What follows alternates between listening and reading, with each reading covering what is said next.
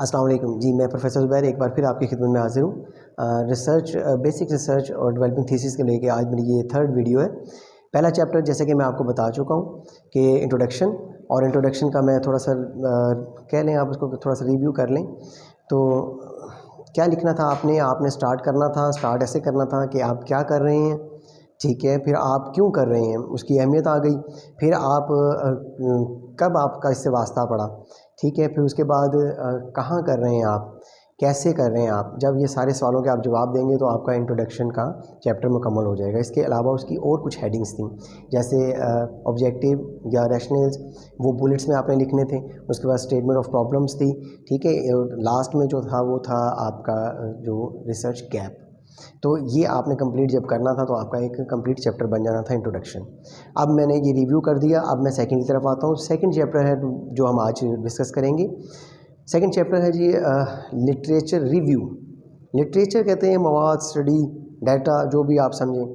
और रिव्यू, री मतलब दोबारा और व्यू मतलब देखा जाना, मतलब दोबारा देखा जाना है उस स्टडीज़ को जो पहले हो चुकी हैं, और उसके साथ उस डाटा को, उस थ्योरीज़ को, सबको।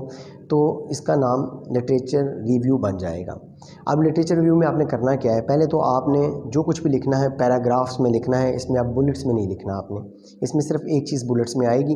वो कहाँ आएगी वो मैं आपको बता दूँगा। स्टार्ट आपने ये करना है कि आपने इससे पहले जितनी भी स्टडीज़ जो इससे रिलेटेड है वो आपने ज़्यादा से ज़्यादा जितनी भी आप पढ़ सकते हैं वो आपने पढ़नी है।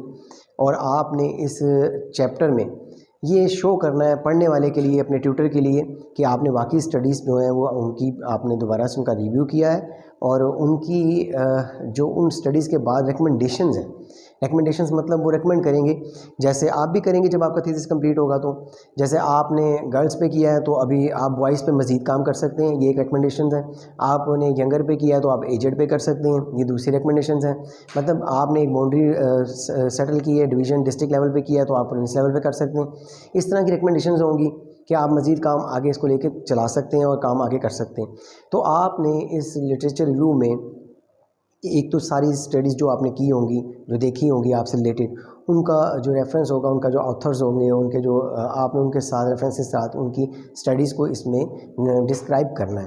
डिस्क्राइब कैसे करना है, जहाँ जहाँ उनकी रिकमेंडेशंस हैं, जहाँ पर कोई गैप आ रहा है, जहाँ से आपको लगता है कि ये आपका रिसर्च गैप बनता है कि भाई यहाँ से आप आगे लेके काम चलने जा रहे हैं।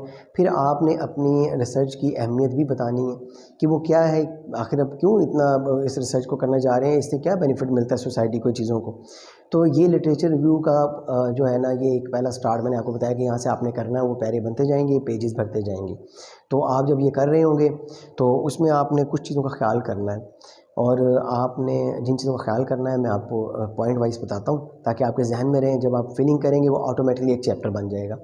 तो literature review second chapter thesis के लिए, डेवलपिंग थीसिस के लिए जी, आपने इसमें जो ऑथर्स जिनकी स्टडीज़ आपने पढ़ी होगी, उन स्टडीज़ में उन लोगों ने अगर थ्योरीज़ कही हैं, कोई आर्गूमेंट्स दिए हैं, या डिफ़र कर रहे हैं, एक दूसरे के ख़िलाफ़ कर रहे हैं, या मुताबिकत रखते हैं, या क्रिटिकल डिस्कशन की है उन्होंने कहीं पे, तो ये सारी चीज़ें आपने उसमें डालनी हैं अपने लिटरेचर रिव्यू के चैप्टर में, पैरावाइज करके डाल दें, ताकि आपको पता चले कि ये स्टडीज़ आपने पढ़ी थी, इनमें ये क्रिटिसाइज़ भी हुआ था, ये इनमें मुताबिकत भी रखते थे, ये इनका आगे से रिकमेंडेशंस भी थी।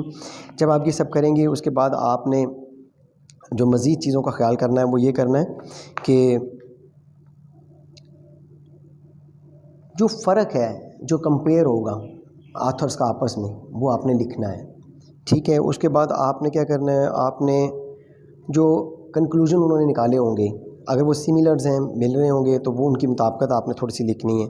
उसके बाद क्रिटिसाइज़ उन्होंने जो इन पहलुओं से किया होगा, मेथडोलॉजी को, रिसर्च मेथड जिसे कहते हैं, जो इसके बाद वाला चैप्टर है तीसरा, तो आपने उसको थोड़ा सा डिस्कस करना होगा कि इन्होंने इस मेथड को यूज़ किया, ये किया। और उसके बाद हाईलाइट करना है इनको, ये जो आप स्टडीज़ पहले पढ़ चुके होंगे, जो इससे रिलेटेड, आपके टॉपिक से रिलेटेड होंगी, इस तरह। उसके बाद आपने रिसर्च गैप बताना है कि आपका रिसर्च गैप क्या है, कहाँ पे बन रहा है, मतलब कहाँ से काम ख़त्म हुआ, यहाँ से आगे लेके आप चले और क्यों चल रहे हैं, ये चीज़ें आपने बतानी है।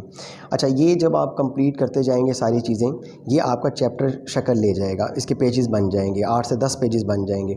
और ये जैसे जैसे मैंने आपको कहा, ये टॉपिक आप जब बयान करेंगे अपने टॉपिक को, अपने टाइटल को लेकर, तो ऑटोमेटिकली आपका सेकंड चैप्टर लिटरेचर रिव्यू तैयार हो जाएगा। अब ये एक फर्स्ट मरहला था इसका। अब सेकंड में आ गया है, इस पर आपने लिखने हैं पर्पसेस ऑफ द रिव्यू, मतलब आप रिसर्च के पर्पसेस नहीं लिख रहे हैं, इस चैप्टर के जो पर्पसेस हैं वो लिख रहे हैं आपने 4 से 5 उसमें देने हैं। अब वो पर्पसेस क्या हो सकते हैं, मतलब मैं आपको फॉर एग्जांपल कह देता हूँ कि आपने लिमिट डिफ़ाइन करनी है आपकी प्रॉब्लम्स की, ठीक है, आपने डुप्लीकेशन से बचना है, मतलब अवॉइड करना है। इसी तरह रिसर्च मेथड जो है आपका, उस पे है ये बात। उसके बाद related to finding previous knowledge से बात, जो आपने प्रीवियस नॉलेज आपके पास आया है उसको देख के आपने डिस्कशन की है, ये चीज़ें ये आपने बुलेट्स में लिखनी है 4 से 5। उसके बाद फिर तीसरा मरला आ जाएगा। तीसरा मरला ये है, उसमें आपने थ्योरेटिकल रेलेवेंस एंड थ्योरीज़, मतलब थ्योरी होती है बहुत सारे ख़यालात का मजमुआ। जब वो बहुत सारे ख़यालात मिलते हैं, एक मजमुआ बनता है, तो उसमें उसको लेके लोग आगे चलते हैं।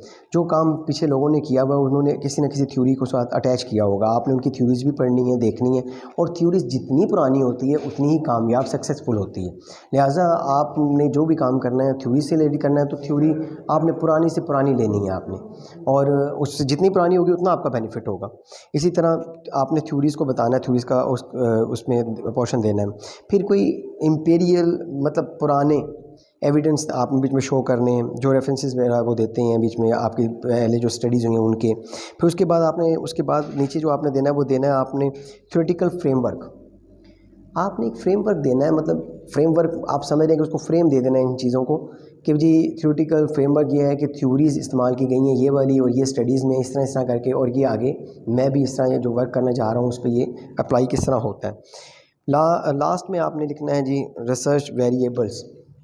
रिसर्च वेरिएबल्स क्या होते हैं, ये मैं आपको एक एग्जांपल दे देता हूँ। उसमें इसकी टाइप्स भी आ जाएंगी और आपको समझ भी आ जाएगी क्या है। हम कोई मेडिसिन लेते हैं और उस मेडिसिन को किसी पे अप्लाई करते हैं और उसका इफ़ेक्ट देखते हैं, तो मेडिसिन भी वेरिएबल है और जो उसका इफ़ेक्ट हो रहा है वो भी वेरिएबल है।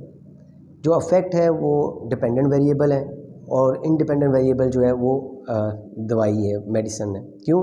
क्योंकि एक कॉज है, एक वजह है, और एक असर है, इफ़ेक्ट है, तो दो हो गए।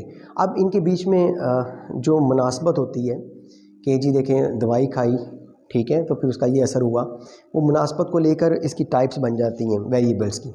2 टाइप्स ये हो गई, इंडिपेंडेंट और डिपेंडेंट, यानी कॉजेस और इफ़ेक्ट्स।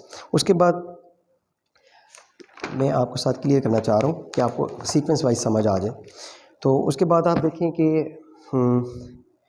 इंटरवेलिंग वेरिएबल्स, ये जो इंटरवेलिंग है ना, इंटरवेलिंग वेरिएबल्स, इसका मतलब ये है कि आपके जो वेरिएबल्स हैं 2, इफेक्ट और कॉजेज, ये इन्हीं से लेकर आपको बाकी इसकी टाइप्स का पता चलता जाएगा कि ये क्या है। ये इसके बीच के लिंक्स को कर रहे हैं शो, मतलब। और इसी तरह मॉडरेटर वेरिएबल्स हैं। मॉडरेटर वेरिएबल्स है जैसे कि आप कह लें कि ये एक रिलेशनशिप है जो दोनों वेरिएबल्स के बीच में होता है। जैसे आप कहें कि स्पोर्ट्स है, स्पोर्ट्स करवाया, उसका इफ़ेक्ट क्या हुआ, वर्जिश करने से जिस्म ज़्यादा हेल्थी हो गया, मतलब वो उसका जो रिलेशनशिप है उसको जो कहने के लिए जो वेरिएबल यूज़ कर रहे हैं उसको हम मॉडरेटर वेरिएबल कह रहे हैं। इसी तरह कंट्रोल वेरिएबल है। आप कंट्रोल वेरिएबल को भी आप इस तरह शो कर सकते हैं कि जब आप कोई काम कर रहे हैं उसमें लार्ज अमाउंट ऑफ द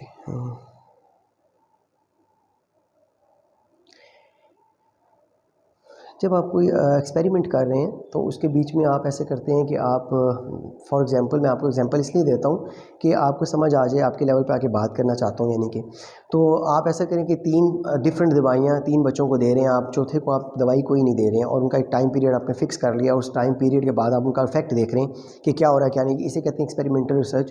खैर जो भी एक्सपेरिमेंटल रिसर्च आप कर रहे हैं तो वो आप जो अप्लाई कर रहे हैं उसको चेक कर रहे हैं, तो उसमें जो वेरिएबल्स होंगे जो आपके कंट्रोल में होगा, जिसको आप अपने कंट्रोल में रखते हैं, उसको आप कंट्रोल वेरिएबल कहेंगे। इसी तरह एक्सट्रेनियस वेरिएबल, एक्सट्रेनियस एक्स्ट्रा से निकला है, मतलब जब आप कोई काम कर रहे होते हैं उसमें बहुत सारे वेरिएबल्स निकल आते हैं। जैसे कोई प्लेयर है वो ग्राउंड में खेल रहा है, तो सिर्फ खेल और प्लेयर नहीं है, बाहर से आने वाली आवाज़ें भी हैं, जो आवाम बैठी स्पेक्टेटर्स देखे शोर मचा रहे हैं, कोई विसल कर रहा है, फिर वो रेफरी की विसल भी है, मतलब बहुत सारी चीज़ें इन्वॉल्व हो जाती हैं, तो हम फिर वो एक्स्ट्रा में आ जाती हैं, तो उसको ये हम कहते हैं एक्सट्रेनियस वेरिएबल। उसके बाद क्वांटिटिव वेरिएबल, क्वांटिटिव मतलब क्वांटिटिव निकला है ये अकाउंट कर लेने वाली चीज़ से, मतलब आप स्पीड हो गई कोई ऐसी चीज़, या आप कह लें कि कोई साइज़ हो गया, मतलब जब ऐसा कोई वेरिएबल आएगा जिसको हम काउंट कर सकते हैं 1 2 3 4 5 6 7 करके, तो वो क्वांटिटेटिव हो जाएगा। इसी तरह कैटेगरी वेरिएबल है, वो कैटेगरी के लिहाज से है। उसके बाद लास्ट में, इस चैप्टर के लास्ट में आपने जो लिखना है वो लिखना है स्टडी सिग्निफिकेंस। ये आपने पैरी की शक्ल में, फिर मैं कह रहा हूँ आपको कि चलना है, आपने उसकी अहमियत लिखनी है स्टडी की, पीछे से जो आपने स्टडीज़ पढ़ी हैं पहले हो चुकी हैं उनको लेकर, और आगे आपकी स्टडीज़ को लेकर, और इससे सोसाइटी को क्या फ़ायदा होगा आपकी स्टडी से, ये आपने शो करना है। ये कंप्लीट करने के बाद आपका बन जाएगा सेकंड चैप्टर लिटरेचर रिव्यू। और नेक्स्ट फिर मिलेंगे आपसे इंशाल्लाह, मुलाकात होगी, दुआ में याद रखिएगा। अल्लाह हाफ़िज़।